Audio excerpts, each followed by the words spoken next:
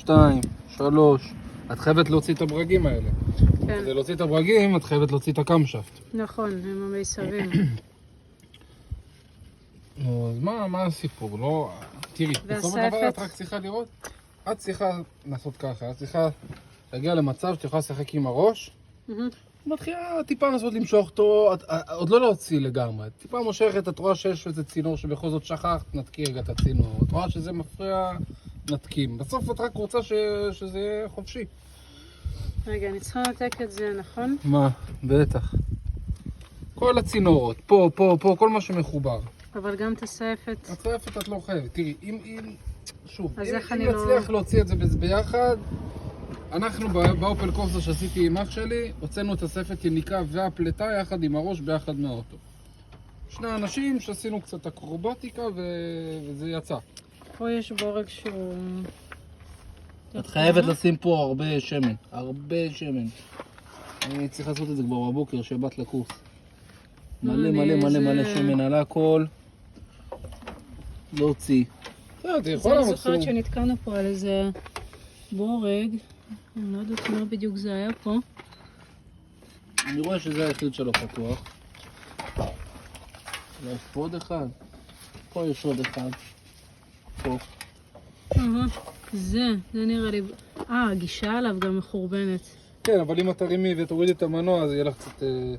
הוא יזוז וזה לא יהיה בדיוק מול זה. להרים ולהוריד את המנוע. תחכי עם הגובה של המנוע עם הג'ק. אז זה טיפה שוני, זה יהיה לך גישה יותר טובה. עדיין זה כאילו, הזווית הרי בין הסעפת לא משתנה. כאילו אני אזיז טיפה את הגובה, אבל הגישה עדיין תהיה בעייתית. אולי בגלל זה... כן, אבל כרגע זה בדיוק מול, ואת לא יכולה להכניס כלי, ואם זה לא יהיה בדיוק מול, אז תוכלי להכניס מעריך. זה הבדל, זה לפעמים הבדל קטן. אז שחק עם הגובה, את יכולה להוציא. אם את שואפת את הסעפת, פצצה. אם את לא...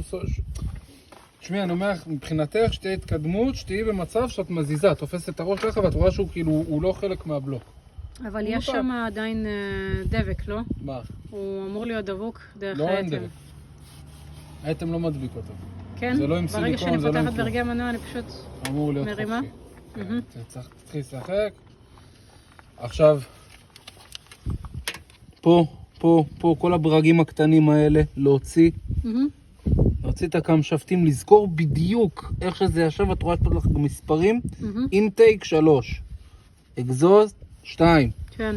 אבל תזכרי שגם לא תחזירי אותם בטעות הפוכים ככה, בסדר? אז יכולה לקחת קרטון ולסדר את זה בדיוק באותה צורה שזה ישב, שלא יהיה שום הבדלים.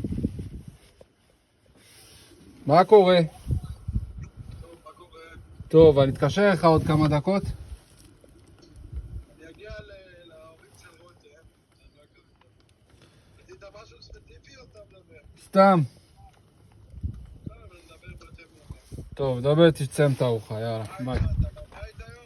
לא, אני בדיוק רגע פה בסדנה מסביר איזה משהו, בגלל זה אני אמרתי לך שאני אחזור עוד כמה דקות. אבל אני בבית, אתה יכול להתקשר בערב, ביי.